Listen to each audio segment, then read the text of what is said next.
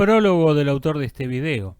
Richard Feynman nació en 1918 en las afueras de Nueva York, en donde se crió. Estudió en el MIT, en donde se graduó con una tesis acerca del principio de mínima acción en la mecánica cuántica. Ese trabajo de tesis captó la atención de Robert Oppenheimer, quien lo reclutó para el proyecto Manhattan. ¿Qué hizo exactamente ahí es desconocido, dado que esas investigaciones siguen estando clasificadas? Sabemos que durante la prueba Trinity, los militares les dieron unos anteojos ahumados que eran tan gruesos que no se podía ver nada con ellos, a pesar de lo cual todo el mundo evitó ver directamente la explosión. Feynman pensaba que estaban exagerando y fue el único espectador que realmente observó la prueba.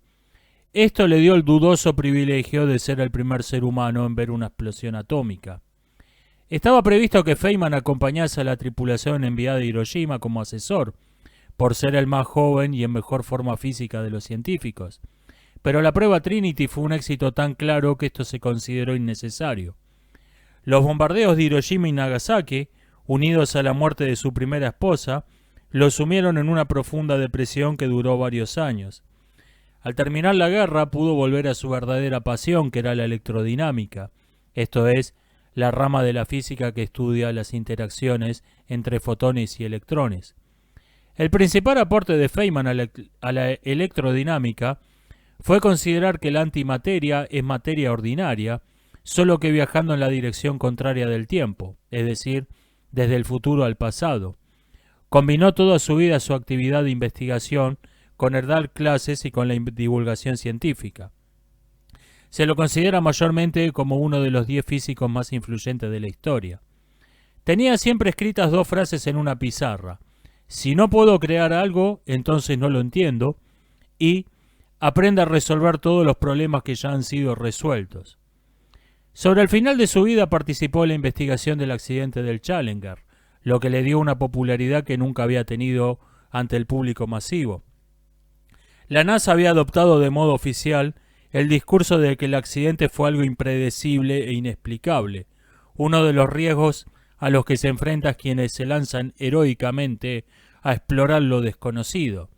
Feynman desmontó ese discurso romántico y pseudoépico de la NASA, mostrando con pruebas claras que las causas del desastre del Challenger habían sido más o menos las mismas que las de la mayoría de los accidentes, es decir, corrupción, incompetencia e imprudencia temeraria. Se casó 3 veces a lo largo de su vida y tuvo varios hijos.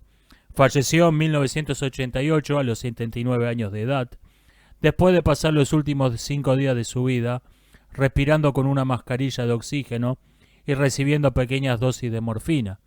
Sus últimas palabras fueron: espero no tener que morir 2 veces, es muy aburrido. Cargo Cult Science es un artículo de 1974, desgrabado de una conferencia, en donde Feynman explica un modo erróneo de hacer ciencia, o de creer que se está haciendo ciencia. Con frecuencia se lo confunde con el concepto popperiano de pseudociencia, y, aunque sin dudas estos conceptos tienen un cierto aire de familia, no son sinónimos. La ciencia de culto de cargo no es un fraude, es un modo de investigar acrítico y solo científico en apariencia, en donde se siguen unos ciertos procedimientos sin preguntarse por qué se está haciendo eso, simplemente porque así es como se hacen las cosas en ciencia, pero sin saber por qué en ciencia las cosas se hacen así y no de otro modo, o incluso ignorando que hay una razón para hacer las cosas así y no de otro modo. Ciencia de culto de cargo por Richard Feynman, traducción propia. Durante los tiempos medievales hubo toda clase de ideas locas, como que un cuerno de rinoceronte incrementaba la potencia sexual. Después fue descubierto un método para separar las ideas, que era hacer la prueba a ver si funcionaba, y si no funcionaba, eliminarla. Este método se volvió algo organizado, por supuesto, en la ciencia, y se desarrolló bastante bien, de modo que estamos ahora en la era científica. Es una era tan científica, de hecho, que tenemos problemas para entender cómo es que los médicos brujos alguna vez pudieron existir, cuando nada de lo que ellos proponían funcionaba, o muy poco de ello lo hacía.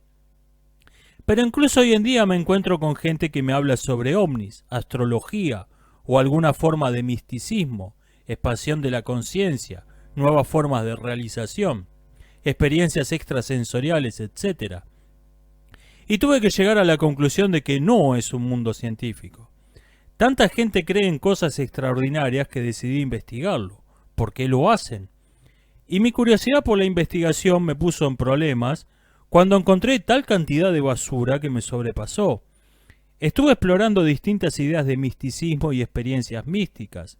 Fui a tanques de aislamiento y estuve alucinaciones durante horas, así que sé algo sobre ello.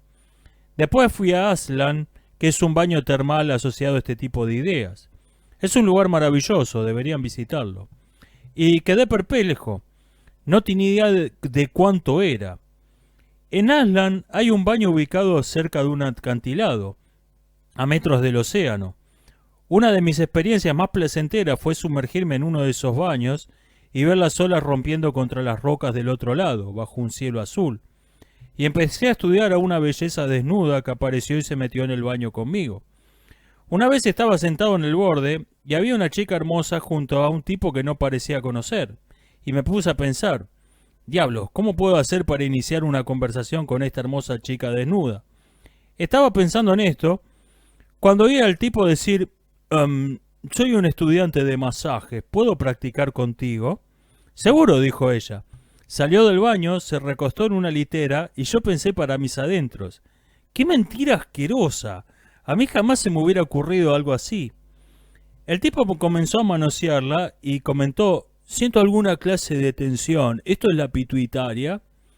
Yo no me pude contener y le dije, amigo, estás a kilómetros de la pituitaria. Me miró horrorizado, yo había desvelado su disfraz. Y entonces dijo, es reflexología. Yo cerré mis ojos y aparenté estar meditando. Este es solo un ejemplo de la clase de pensamiento que me supera. También investigué sobre la percepción extrasensorial, el fenómeno de los psíquicos, y la referencia ahí era Uri Geller, un hombre que supuestamente era capaz de doblar llaves frotándolas entre sus dedos. Así que fui a un hotel por invitación suya para ver una demostración de lectura de la mente y doblar llaves. No hizo ninguna lectura de la mente, exitosa, nadie puede leer mi mente aparentemente, y con las llaves que Geller frotó nada pasó. Entonces dijo que funcionaba mejor bajo el agua. Y pueden hacerse una foto con él en el cuarto de baño y las llaves bajo el agua y frotando las llaves con los dedos. Nada ocurrió, por lo que no tuve chance de investigar ese fenómeno. Y fue entonces que me puse a pensar, ¿en qué más creemos? Y encontré un montón de cosas. Y pensé en los médicos brujos y lo fácil que hubiese sido desenmascararlos, observando que nada funcionaba. Y encontré que hay cosas que mucha gente cree, como que tenemos alguna clase de conocimiento acerca de cómo se debe educar. Hay grandes escuelas de técnicas de lectura, y técnicas de matemática y así por el estilo. Pero, si no lo han notado, los índices de lectura siguen bajando. O a duras penas mejoran, a pesar de que usamos a esas mismas personas para mejorar nuestros métodos. Bueno, eso es un remedio de médicos brujos que no funciona. Y quiero detenerme en esto, porque deberíamos notar que no funciona. Otro ejemplo es cómo tratar a los criminales. Obviamente no hemos hecho ningún progreso. Un montón de teoría, pero ningún progreso en hacer de crecer el número de crímenes por el modo en que tratamos a los criminales. Y sin embargo, estas cosas están aceptadas como científicas. Y creo que personas normales con ideas de sentido común son intimidadas por la pseudociencia.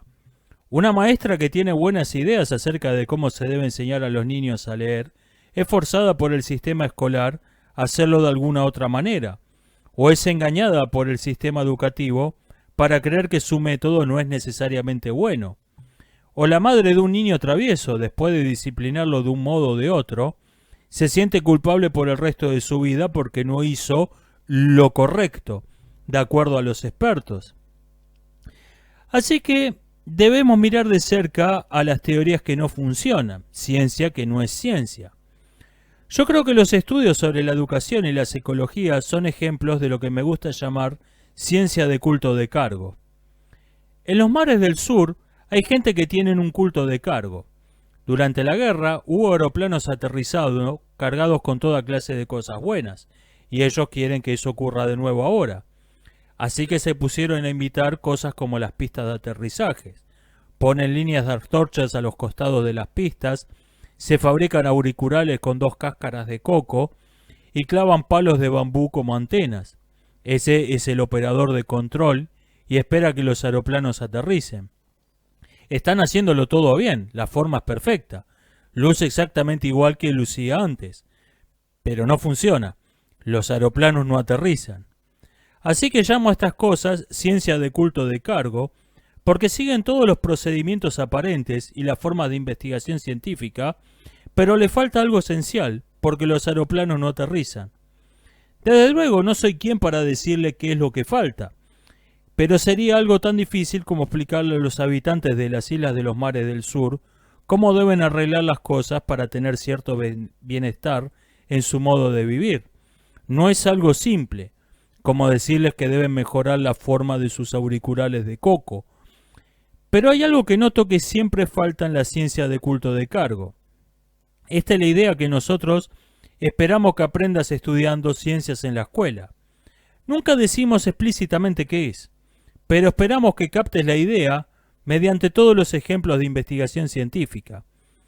Y creo que conviene hacer explícito aquí lo que en esas clases está implícito, que hay una cierta clase de integridad científica, una forma de pensamiento científico que se corresponde con otra forma de honestidad, una línea detrás de lo evidente. Por ejemplo, si estás haciendo un experimento, deberías reportar cada cosa que tú pienses que lo vuelve inválido, no solo lo que crees que es correcto. Otras causas que puedan explicar tus resultados, y cosas que pienses que pueden ser eliminadas por otros experimentos, y cómo enterarte si otros las han eliminado. Detalles que van contra tu interpretación deben ser publicados si los conoces. Debes hacer todo lo posible para reconocer que podés haber hecho mal y explicarlo. Si tenés una teoría y la publicás, por ejemplo, debes explicar también todos los hechos que contradicen tu teoría, así como los que la respaldan. Hay un problema más sutil cuando pones un montón de ideas juntas para formar una teoría elaborada. Debes prestar atención a los hechos que cuadran y ver si esos hechos que cuadran son solo los que te dieron la idea para tu teoría en primer lugar, o si de tu teoría se desprende algo más que se suma a lo ya conocido. En resumen, debes publicar todo lo necesario para que otros puedan juzgar el valor de tu contribución, no solo la información que pueda conducir su juicio en una dirección particular o en otra. La mejor forma de explicar este procedimiento es contrastarlo con la publicidad. Anoche oí, por ejemplo, que el aceite de Wilson no se filtra en la comida. Bueno, eso es verdad, no es deshonesto. Pero de lo que estoy hablando no es solo de no ser deshonesto, es un asunto de integridad científica, que es todo un nuevo nivel. Lo que debería añadirse a esa declaración publicitaria es que ningún aceite se filtra en la comida si está a cierta temperatura. Si están a otra temperatura, todos lo hacen, incluyendo el aceite de hueso. Así que la implicación es la que es tramposa, no la afirmación, la cual es verdadera. Y esta es la diferencia con la que debemos lidiar. Hemos aprendido por la experiencia que la verdad va a salir a la superficie. Otros experimentadores van a repetir tus experimentos y hacer cualquier cosa con la que estabas en lo correcto o en la que estabas equivocado. Los fenómenos naturales van a acordar o discrepar con tu teoría. Y aunque ganes cierta fama y atención temporaria, no vas a ganar una buena reputación como científico si no trataste de ser cuidadoso en esta clase de trabajo. Y es este tipo de integridad, este cuidado de no engañarte a ti mismo, lo que falta a gran escala en las investigaciones de ciencia de culto de cargo.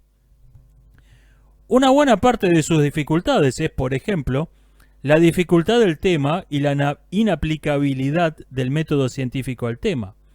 No obstante, debería ser notorio que esta no es la única dificultad. Esto es el porqué de que los aeroplanos no aterricen, pero no aterrizan. Hemos aprendido un montón por la experiencia acerca de cómo manejar algunas formas en las que nos engañamos a nosotros mismos. Por ejemplo, Millikan midió la carga de un electrón por un experimento en donde dejó caer unas gotas de aceite y obtuvo una respuesta que sabemos que no es muy correcta. Está un poco fuera de foco porque él tenía un valor incorrecto de la viscosidad del aire. Es interesante darle un vistazo a la historia de las medidas de la carga del electrón que siguieron después de la de Millikan. Si las pones en un gráfico temporal, encontrarás que es un poco mayor que la de Millikan, y la siguiente es un poco mayor, y la siguiente es mayor que esa, hasta que finalmente se estableció un número que es el más alto de todos. ¿Por qué no descubrieron que el número correcto era considerablemente más alto de una sola vez? Es algo de lo que los científicos se avergüenzan, esta historia, porque es obvio que la gente no razona de este modo. Cuando encontraron un número que estaba muy por encima del de Millikan, pensaron que algo debía estar mal, y que debían ponerse a buscar una razón por la que algo debía estar mal. Cuando obtenían un número más cercano al valor de Millikan, en cambio, no lo examinaban con tanto rigor. En consecuencia, eliminaban los números que habían ido demasiado lejos, y hacían otras cosas parecidas. Hemos aprendido estas trampas y ahora ya no tenemos esta clase de enfermedad. Pero esta larga historia de aprender cómo no engañarnos a nosotros mismos o de tener integridad científica es, lamento decirlo, algo que no incluimos específicamente en ningún curso particular del que yo tenga noticias. Simplemente esperamos que captes la idea por ósmosis. El primer principio es no engañarte a ti mismo, y vos sos la persona más fácil de engañar. Así que debes tener mucho cuidado con eso. Una vez que no te has engañado a ti mismo, es fácil no engañar a otros científicos. Solo necesitas ser honesto en el sentido convencional del término a partir de ahí. Me gustaría añadir algo que no es esencial para la ciencia, pero algo en lo que yo creo, y es que no deberías engañar al ego cuando estás hablando como científico. No trato de decirte qué hacer respecto de engañar a tu esposa o mentirle a tu novia o algo por el estilo, cuando no estás tratando de ser un científico, sino un ser humano corriente. Estos problemas comentalo con tu rabino. Estoy hablando de un tipo específico y extra de integridad que no es no mentir, pero sí retorcer y empujar los hechos para mostrar que no estás equivocado. Debemos evitar esto como científicos, ciertamente ante otros científicos y pienso que también ante los legos. Por ejemplo, me sorprendió un poco cuando conversé con un amigo que iba a aparecer en la radio. Él trabaja en cosmología y astronomía, y se preguntaba cómo podía explicar cuáles eran las aplicaciones prácticas de ese trabajo. Bueno, dije, no tienen ninguna. Él me respondió, sí, pero eso no va a traer apoyo para más investigaciones de este tipo. Yo creo que eso es una forma de deshonestidad. Si te estás presentando a ti mismo como científico, entonces debería explicarles al ego qué es lo que haces. Y si ellos no quieren apoyarte bajo esas circunstancias, entonces esa es su decisión. Un ejemplo de este principio es este. Si estás pensando en poner a prueba una teoría o deseas explicar alguna idea, debes decidir publicarlo cualquiera sea el resultado que salga de eso. Si nosotros solo publicamos resultados de cierto tipo, podemos hacer que el argumento se vea bien. Debemos publicar ambos tipos de resultados. Por ejemplo, tomemos la publicidad de nuevo. Supongamos que cierto cigarrillo en particular tiene cierta propiedad en particular, digamos baja nicotina. Es publicitado ampliamente por la compañía diciendo que eso es bueno para ti, pero no dicen, por ejemplo, que tiene más alquitrán o que algo más es el problema con el cigarrillo. En otras palabras, la publicación depende muy probablemente del resultado, y esto no debería ser así. Afirmo que esto también es importante al dar cierto tipo de asesoramiento gubernamental. Supongamos que un senador te pregunta si un cierto pozo debería ser cavado en su estado y tú decides que sería mejor hacerlo en otro estado. Si tú no publicas ese resultado, creo que no estás dando realmente asesoramiento científico, estás siendo usado.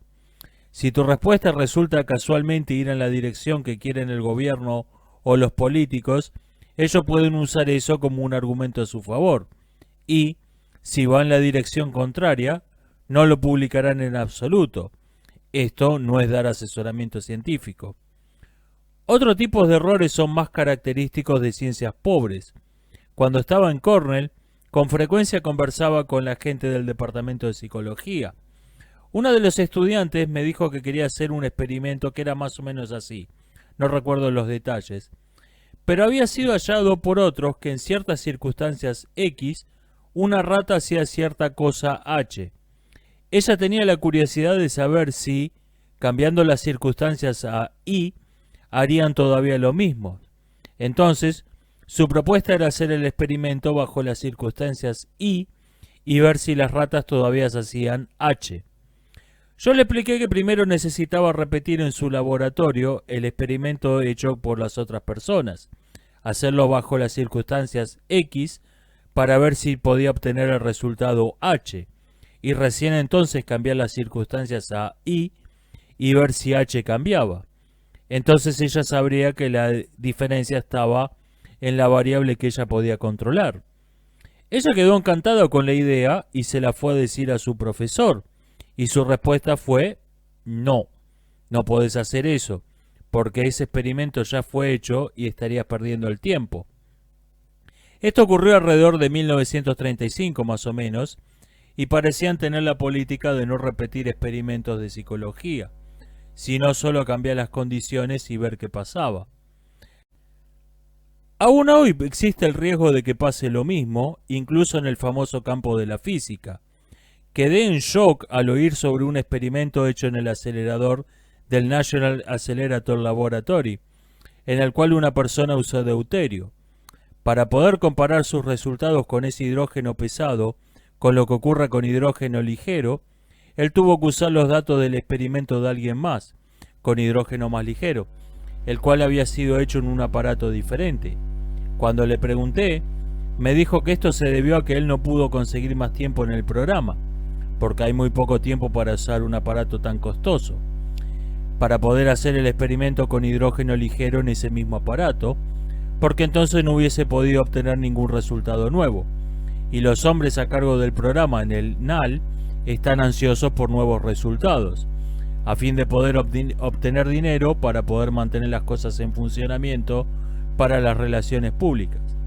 Están destruyendo probablemente el valor de los experimentos ellos mismos, que es todo el propósito de esa cosa. Es difícil para los experimentadores allí completar sus trabajos con la integridad científica que estos demandan. No todos los experimentos en psicología son de este tipo, sin embargo. Por ejemplo, ha habido numerosos experimentos poniendo ratas en toda clase de laberintos con resultados poco claros. Pero en 1937, un hombre llamado Young hizo uno realmente interesante. Él tenía un largo corredor con puertas de un lado y las ratas venían desde el otro lado en busca de comida. Él quería ver si podía entrenar a las ratas para ir a la tercera puerta a la derecha contando de donde comenzara. No, las ratas iban inmediatamente a la puerta donde la comida había estado la última vez. La pregunta era, ¿cómo lo sabían las ratas? Porque el corredor estaba tan bellamente construido y era tan uniforme que ¿cómo podían saber que esa era la misma puerta? Obviamente había algo acerca de la puerta que era distinto de las otras puertas. Así que pintó las puertas cuidadosamente, cuidando la textura para que todas las puertas se viesen exactamente igual. De todos modos, las ratas la reconocían. Entonces, pensó que quizás las ratas oliesen la comida, así que usó perfumes para cambiar el olor en cada caso. Las ratas seguían encontrando la puerta. Se dio cuenta de que las ratas podían orientarse observando las luces en el laboratorio, así que eliminó esa variable. Las ratas seguían encontrando la puerta. Finalmente, descubrió que las ratas podían reconocer el sonido del piso donde habían estado antes, así que cubrió el corredor con arena para eliminar el sonido, y finalmente las ratas no pudieron reconocer la puerta donde la comida había estado la última vez. Entonces pudo enseñarles a ir a la tercera puerta contando desde donde comenzaran. Ahora bien, desde un punto de vista científico, este es un experimento de primer orden. Ese es el experimento que hace que los experimentos con ratas tengan sentido, porque descubre la señal que las ratas realmente usan para orientarse, no la que tú crees que usan, y ese experimento te dice cuáles son las condiciones que se debe tener mucho cuidado de tener en control en cualquier experimento que involucre ratas en un laberinto. Estuve investigando la historia que siguió a ese experimento. El siguiente experimento y el siguiente después de ese nunca se refieren al señor Young. Nunca usan sus criterios de poner arena en los corredores o ser muy cuidadosos en las otras cosas. Simplemente siguen poniendo ratas en los laberintos en la misma manera anticuada y no prestan la menor atención a los notables descubrimientos del señor Young. Y su paper nunca es referenciado porque él no descubrió nada acerca de las ratas. De hecho, él descubrió todo lo que necesitas saber para poder descubrir algo acerca de las ratas. Pero no prestar atención a experimentos como este es característico de la ciencia de culto de cargo. Otro ejemplo son los experimentos del señor Rhine acerca de la percepción extrasensorial. A medida que varias personas hacen críticas, y ellos mismos hacen críticas de sus propios experimentos, van mejorando su técnica, de modo que los efectos medidos son cada vez menores y menores y menores, hasta que gradualmente desaparecen.